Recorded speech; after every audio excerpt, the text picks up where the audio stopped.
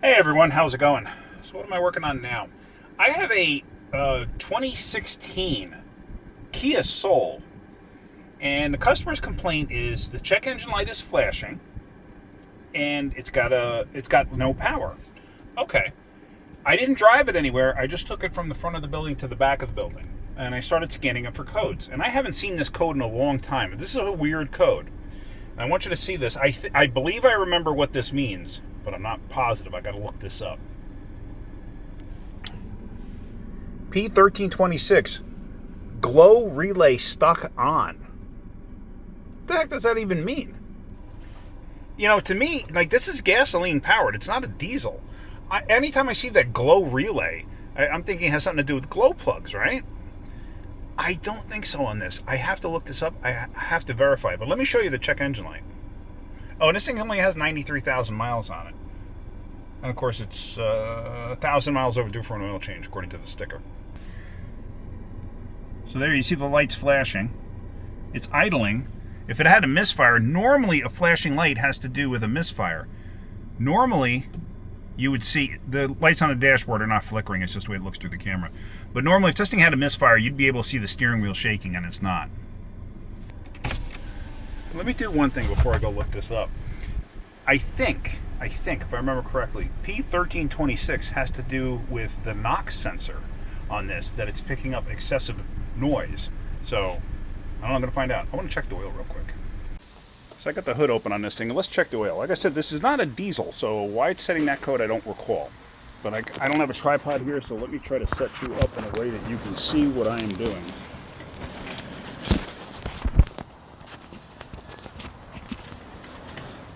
Does that work?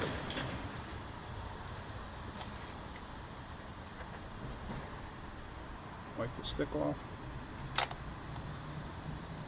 Oh, hello.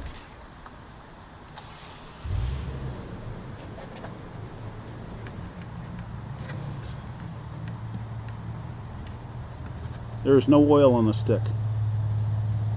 Nothing.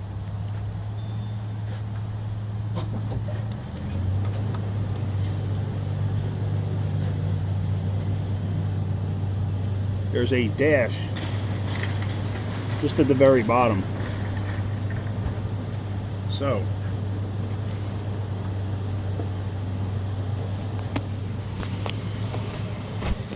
let me look this up, because like I said, I think that 1326 has to do with connecting rod bearings making too much noise, and the knock sensor is actually picking up on it. So let me look that up, see if they want to try an oil change. I didn't hear the motor make any noise when they started. The motor's hot. Engine. They drove it here, and the engine's hot. So, I don't know. So, I don't know. Let's find out. Let's look up that code first. So yes, that bulletin, or I did find a bulletin involved with that code, and it basically means, like, I don't know why, the description has nothing to do with what's actually going on. So it basically points to that the knock sensor is picking up excessive knock sounds. It's low on oil. So this thing could have a warranty that may cover the engine. We don't know yet. But what we're going to do, we're not going to change the oil. We're just going to add oil to it. I'm going to clear the code. I'm going to take it for a ride, see if anything happens, see what happens to it. So let me do that. Let me just add oil to it. We're going to go from there. So let me move you to this side. Actually, I don't have any good spot for this, unfortunately. Yeah, I got no good spot for this. All right, well.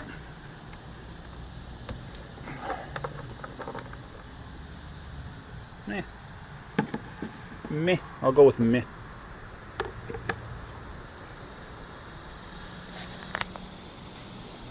No, I just have bulk oil.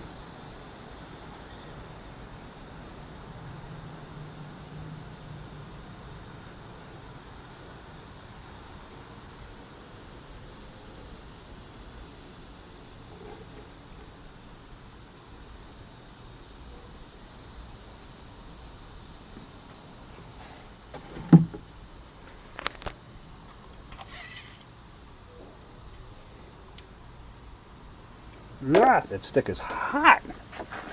I grabbed the metal part of the dipstick. It's hot. Hang on a second.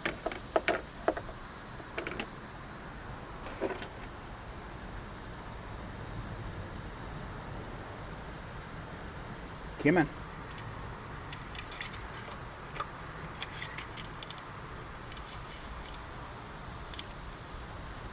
And as you see, there's still nothing on the stick, basically.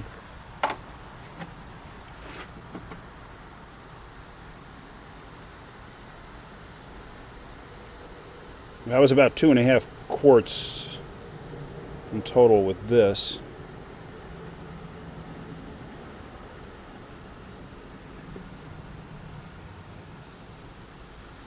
So let's see where this ends up.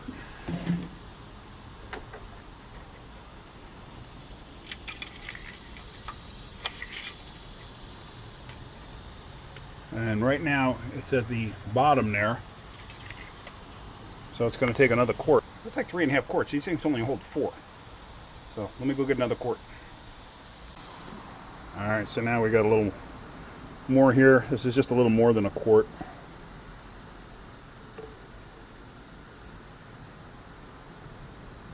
I mean, at this point, I don't want to overfill it, but if I overfilled it a little bit, I wouldn't be that concerned, to be honest with you.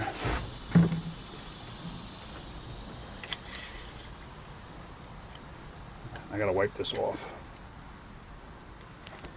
Hang on.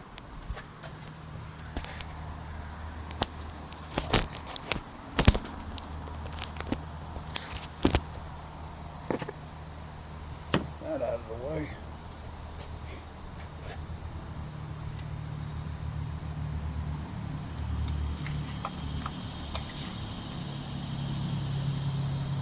All right, so now it's actually at the top.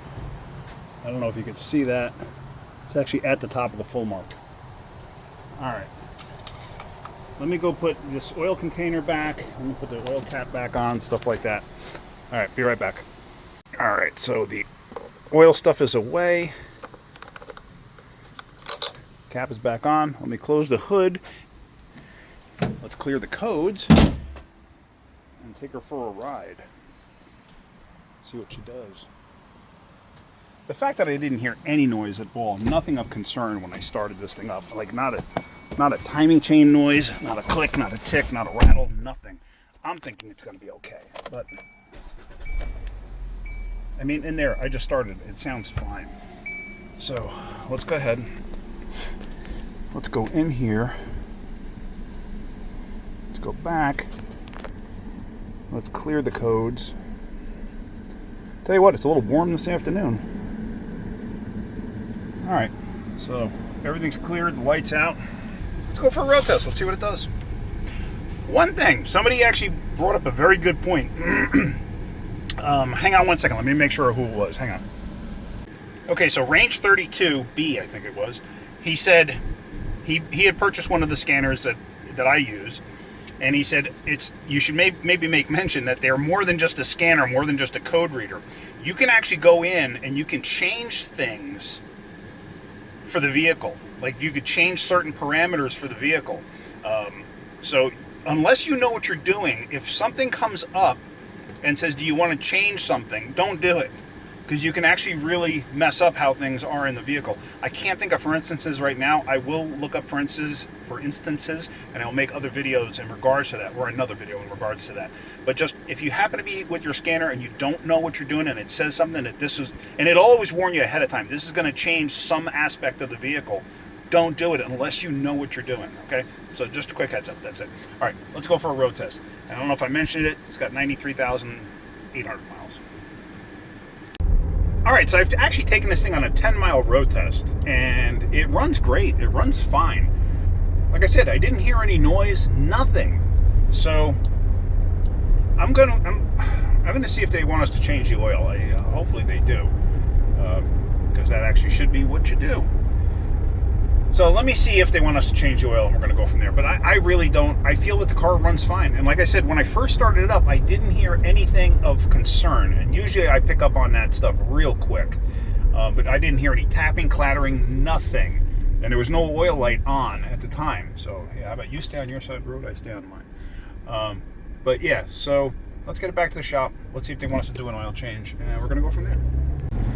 Alright guys, so I didn't get to finish that video. They finally got back to me at the end of the day, and said go ahead and change the oil.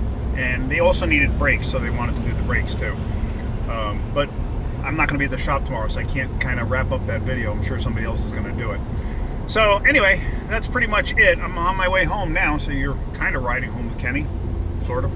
All right, well, I hope you got something out of that video. Like I said, I don't think there was anything of concern. I think it was just the fact that it was low on oil, but I got a funny feeling they didn't do any damage. I'm going to see if whoever does it, if they can save the filter for me. This way I can cut it open just to see if there's anything in it. But I'll find that out later. All right, guys. Hopefully you get something out of my videos. If you are, hit that like button. If you could, please subscribe. All right, have a great day. Keep wrenching.